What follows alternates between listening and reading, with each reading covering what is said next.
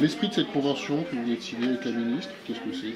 Quelques mots. Alors l'esprit de cette convention, c'est tout simplement d'abord son caractère unique. Aujourd'hui en France, c'est la première fois que l'État signe une convention avec une métropole pour fixer tout simplement une politique culturelle et des ambitions culturelles pour les 3 prochaines années.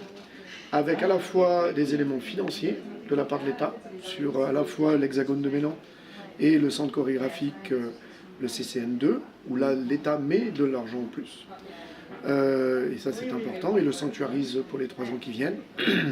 Mais c'est également la feuille de route de travail qu'on aura ensemble, tout simplement à la fois sur l'art dans la ville, sur l'art contemporain, la lecture publique et la médiation scientifique et culturelle. Donc c'est sur tous ces sujets où justement la ministre est venue tout simplement dire sa volonté pleinement d'accompagner et d'être aux côtés de la métropole sur ce sujet. Il y a un transfert de compétences sur la gestion de la FC2 notamment par la métro. Ça représente quoi un transfert de compétences?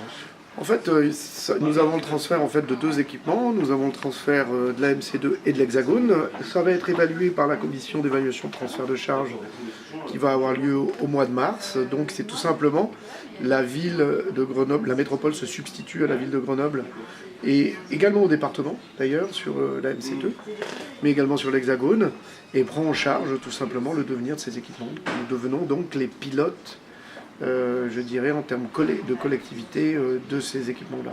Est-ce que ça va changer quelque chose à la ligne artistique, culturelle de ces établissements? Non, parce que la ligne artistique est posée par leur directeur, les équipes, c'est ça la richesse et la puissance de ces acteurs-là. Ce qui est demandé par la métropole, c'est de travailler ensemble un véritable projet métropolitain. Ils ont déjà une approche métropolitaine de leur équipement. Vous parliez du département. Le département a émis un communiqué ce matin même en se plaignant en quelque sorte de ne pas avoir été associé à cette convention qui était signée alors qu'il en avait fait la demande. Qu'est-ce que vous répondez à votre collègue Jean-Pierre Barbier? Je ne comprends pas, puisque Jean-Pierre Barbier est au courant de la politique que nous menons depuis très longtemps. Je pense que c'est peut-être un brin de jalousie de voir finalement la métropole tout simplement poser sa politique culturelle en lien avec ses communes. C'est quand même étonnant puisque nous allons voter au prochain conseil une convention entre la métropole et le département sur la lecture publique. Donc vous mesurez bien que le département était très au courant de ce qui se passait. Vous disiez que c'était l'occasion pour l'État de renouer avec la ville de Grenoble, vous étiez 68, 75. Vous avez l'impression que l'État s'était désengagé vraiment de la politique culturelle? L'État ne s'est jamais désengagé de la ville de Grenoble et de la métropole grenobloise, enfin de ce territoire-là. Au contraire, nous avons une chance incroyable, c'est que l'État nous a toujours beaucoup plus soutenus que d'autres territoires.